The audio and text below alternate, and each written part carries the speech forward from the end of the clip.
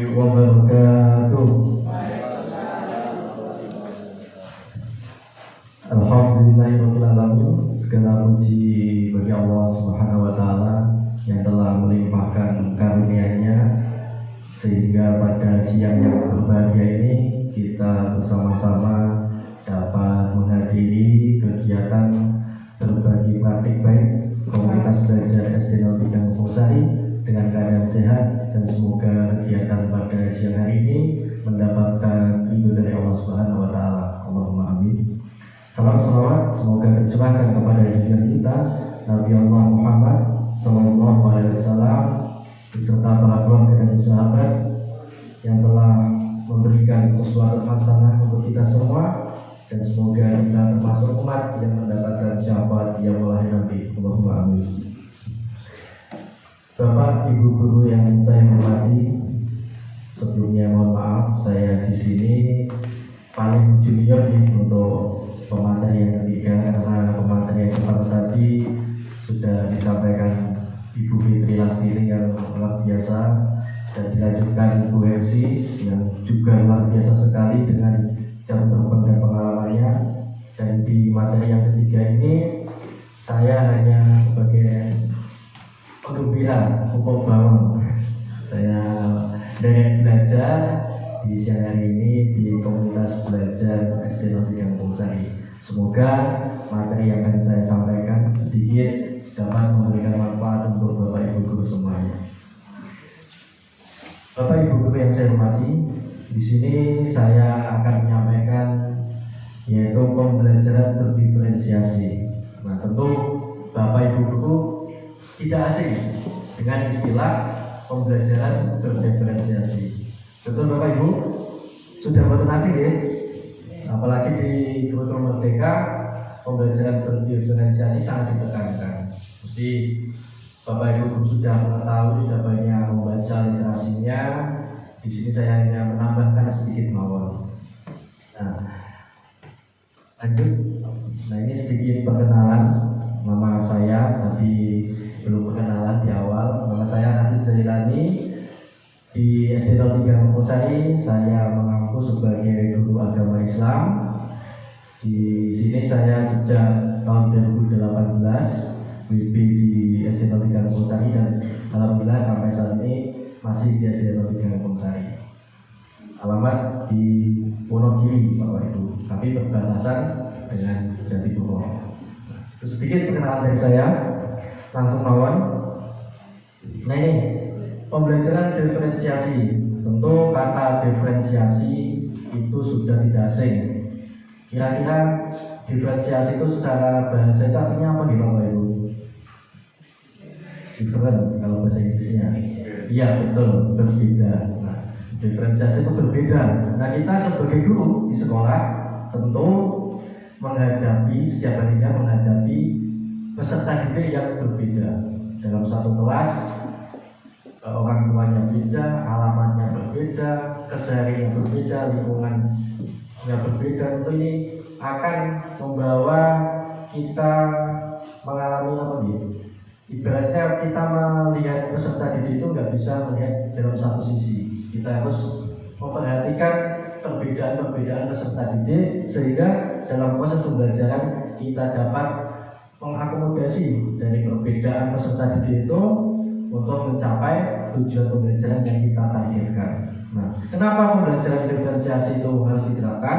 Nah, ini yang pertama, pentingnya mengetahui kebutuhan belajar dan lingkungan yang memfasilitasi seluruh individu di sekolah agar dapat meningkatkan kompetensinya secara aman dan nyaman. Jadi kita harus meningkatkan kompetensi peserta didik itu, memastikan aman dan nyaman sehingga potensi itu dapat terlihat dan maksimal.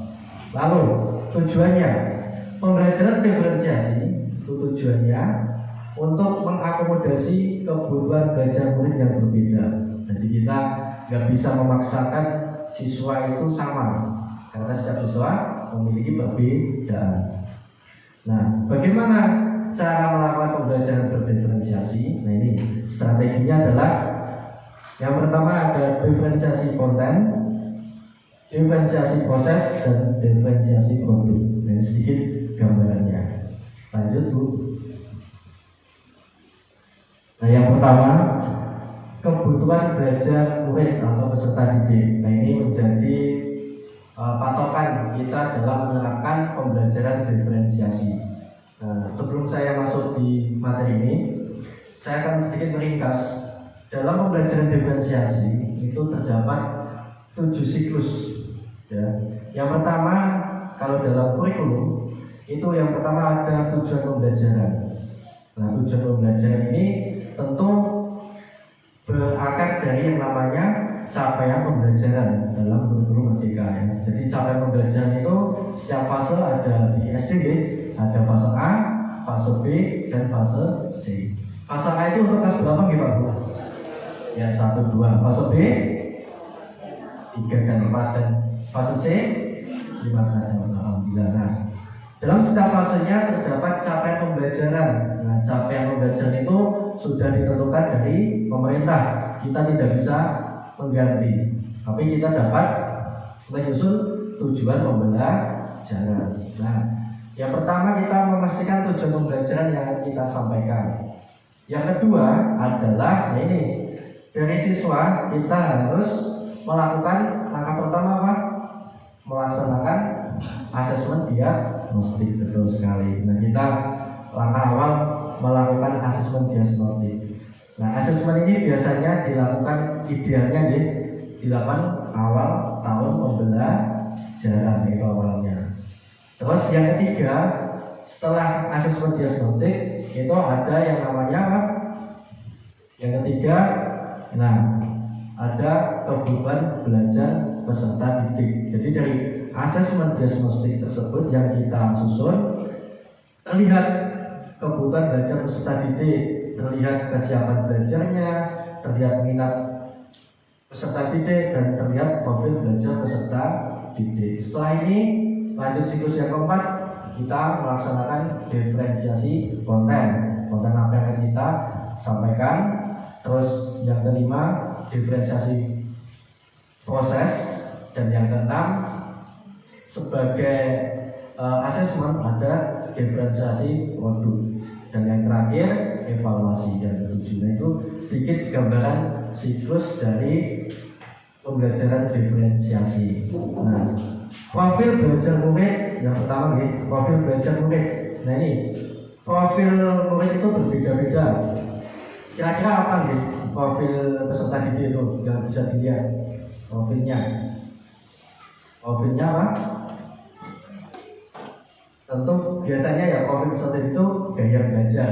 Ada yang auditory, visual, dan kinestetik. Nah, lanjut yang kedua, kesiapan belajar peserta didik. Nah, kesiapan belajar ini kita bisa memetakan dari asesmen diagnostik awal tadi. Kita bisa memetakan kemampuan peserta didik. Ada yang kemampuannya tinggi, ada yang peserta didik memerlukan bantuan atau pengetahuannya rendah. Sehingga kita bisa memetakan biasanya ya, bisa memetakan menjadi 3 bagian, kemampuan yang tinggi, sedang, dan rendah. Terus yang ketiga, minat. Nah ini minat peserta didik mungkin berbeda. Ada yang minatnya bernyanyi, berolahraga, terus matematika, terus apa lagi?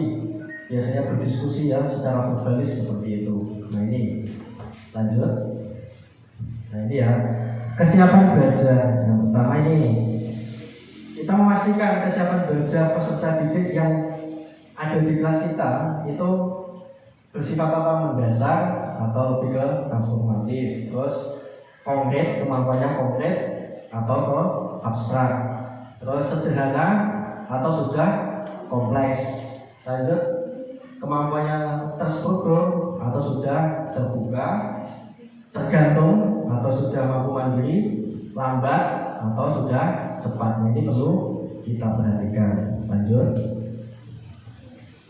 Nah ini ya kesiapan belajarnya kita bisa mengukurnya nih Pak Bu. Dari asesmen awal tadi kita bisa melihat misalnya siswa A kemampuannya itu mendasar atau sudah transformatif, sudah konkret atau abstrak dengan equalizer tersebut. Ini contohnya, sedikit contoh.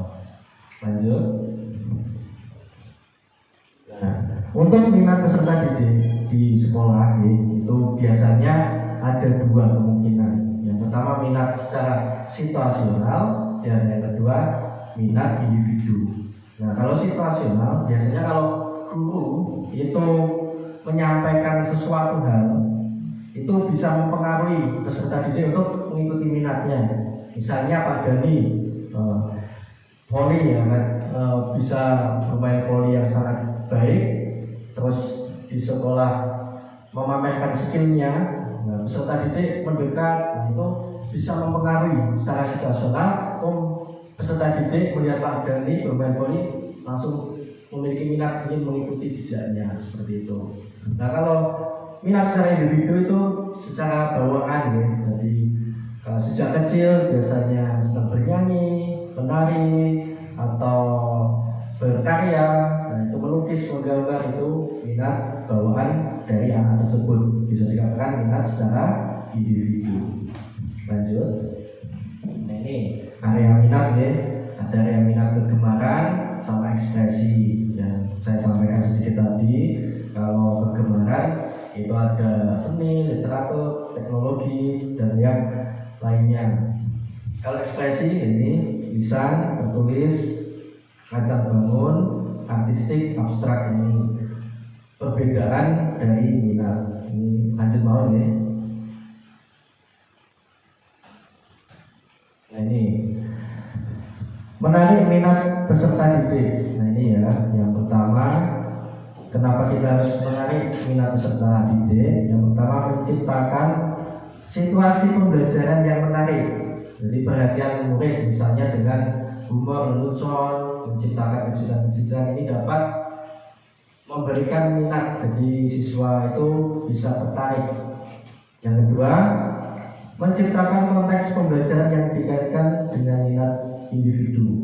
Jadi kita ketika menyampaikan pembelajaran di dalam kelas, kita bisa menyampaikannya dengan menghubungkan dengan minatnya. Misalnya yang minat olahraga, ketika kita mengajar matematika misalnya, kita bisa mencontohkan konten dalam pembelajaran matematika itu bisa misalnya atlet-atlet sepak bola, terus klub-klubnya, daerah-daerahnya, seperti itu.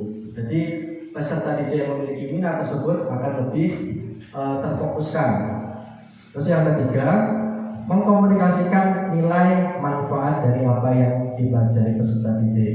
Yang keempat, menciptakan kesempatan belajar di mana murid dapat memecahkan persoalan atau problem based learning. Jadi kita memberikan kesempatan kepada peserta didik untuk belajar memecahkan masalah yang mereka hadapi. Nah, ini sangat penting untuk menarik peserta didik. Jadi peserta didik bisa merasa percaya diri, bisa memberikan solusi atas masalah yang mereka hadapi. Selanjutnya, ini profil belajar peserta didik. Nah, ini profilnya bisa dipengaruhi dari 4 hal ini. Nah, ini sebagai guru kita harus memiliki kemampuan membaca profil peserta didik.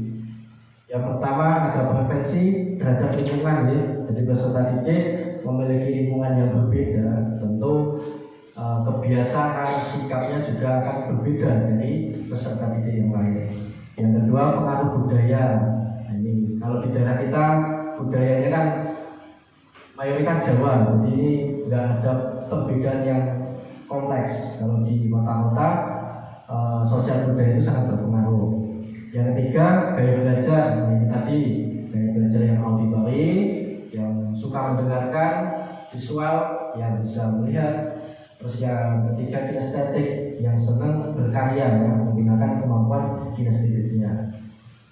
Ini gaya belajar yang di awal tadi saya sebutkan, ini sudah sering Bapak Ibu guru membaca dan memahami gaya belajar anak.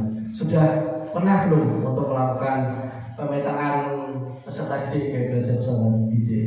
Sama Pak Bu? Sama ya?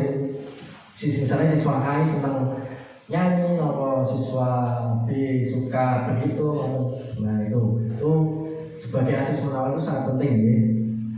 Selanjutnya ini kita sebagai guru harus terbuka dengan kemampuan peserta didik. Kita tidak boleh memaksakan peserta didik itu harus A, harus B. Biasanya, nah ini yang menjadi masalah. Biasanya kita masih terpaku siswa yang dikatakan pandai itu yang seperti apa, Pak Bu? Ayo, siswa yang dikatakan pandai itu biasanya yang seperti apa? Misalnya mesti nilai matematikanya tinggi. Nah, itu terus apa lagi? Nilainya tinggi terus ranking 1 terus. Nah, itu mesti kita sering terpaku kalau siswa pandai itu seperti itu.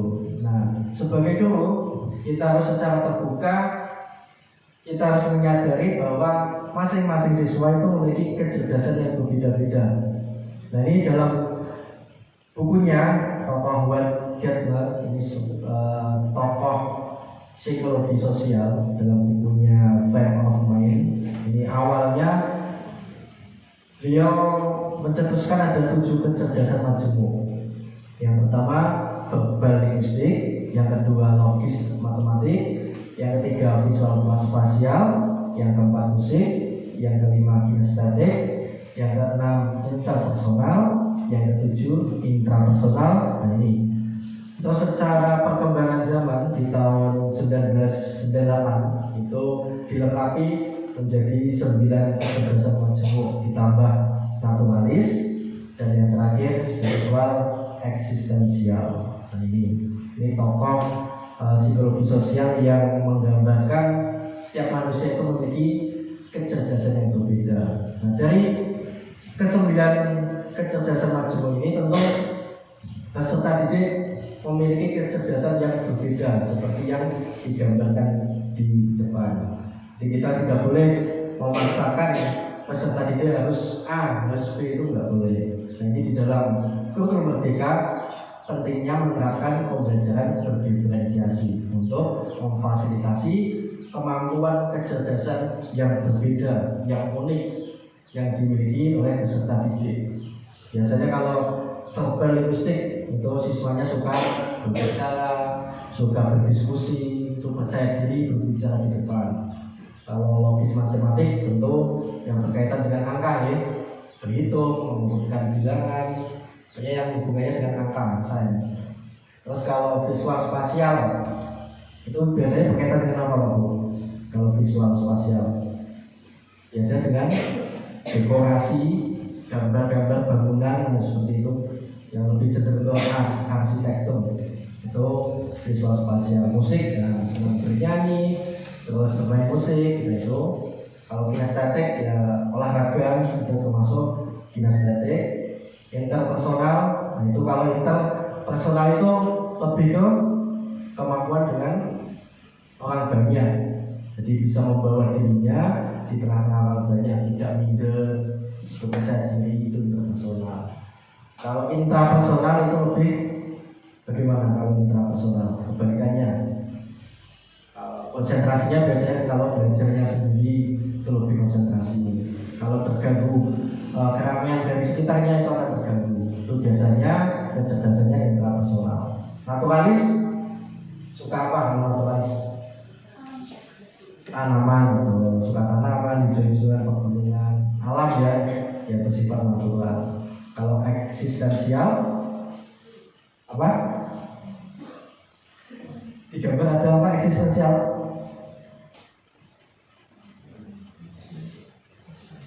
Apa?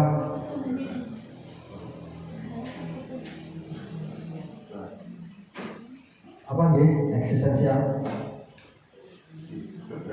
Iya betul, keberadaan. Jadi membawa dirinya di tengah-tengah orang banyak. Nah, itu. Lanjut. Nah ini.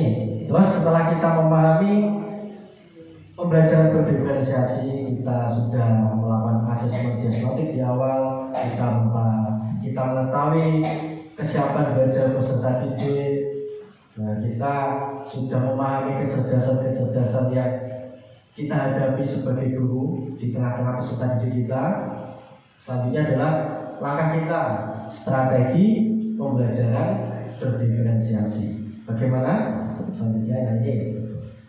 Ada gaya belajar ya, ada minat, kecerdasan. Tadi ada 3 ya. Yang pertama itu diferensiasi konten, terus yang kedua diferensiasi proses, yang ketiga diferensiasi produk. Kalau proses itu yang pertama konten ya.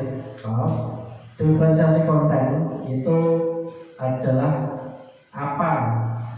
apa saja yang peserta didik bisa mereka ketahui. Misalnya kalau peserta didik yang gaya belajarnya visual, mesti kontennya yang bermuatan dengan gambar-gambar. Kalau peserta didik yang kinestetik, kontennya apa biasanya kalau kinestetik? Gimana Bu?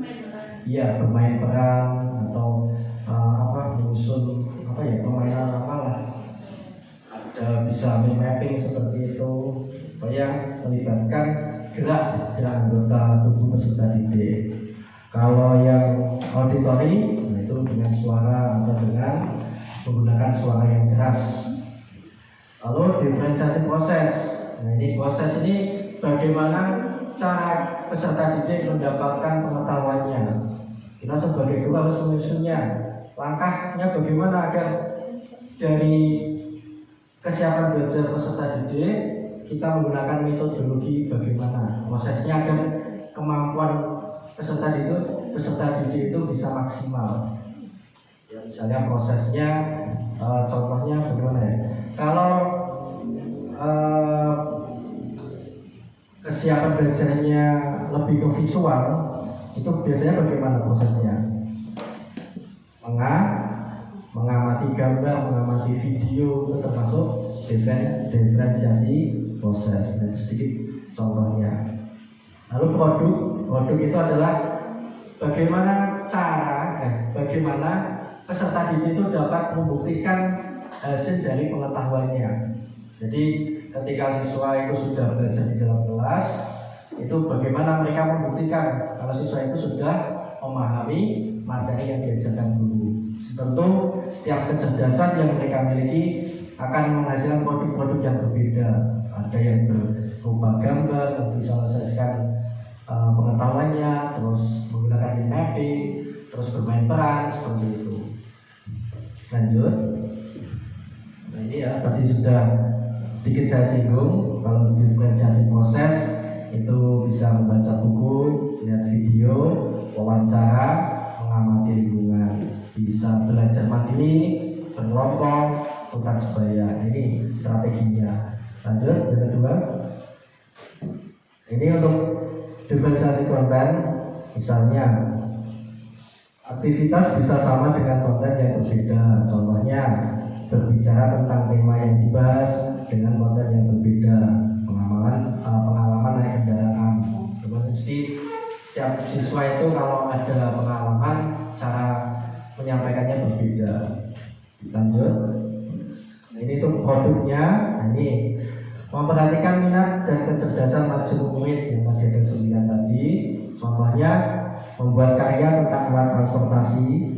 Murid bisa membuat karya sesuai minatnya, seperti puisi, lagu, prakarya, memanfaatkan ban bekas, menulis cerita tentang alat transportasi. Produknya ya, kalau melihat mobil, ada yang menggambar, ada yang membuat karyanya mobil, memakai bahan-bahan bekas, kardus atau botol-botol. Lanjut. Sehingga pembelajaran berdiferensiasi itu pembelajaran yang berpusat pada murid. Ini sesuai dengan tujuan dari kurikulum Merdeka, harus memperhatikan pembelajaran yang berpusat pada murid. Yang kedua, bersifat proaktif. Yang ketiga, lebih memperlihatkan kualitas. Yang keempat, menggunakan pembelajaran yang bervariasi sehingga kita sebagai guru dituntut untuk memiliki kreativitas dalam mengemas pembelajaran. Yang kelima, bersifat dinamis, ya, jadi bisa sesuai dengan konseptual di lingkungan sekolah. Yang keenam, menjadi rujukan untuk asesmen diagnostik. Yang ketujuh, perspektif penilaian, ada asesmen for learning, asesmen of learning, dan asesmen learning. Selanjutnya, perspektif penilaian ada 3 ya.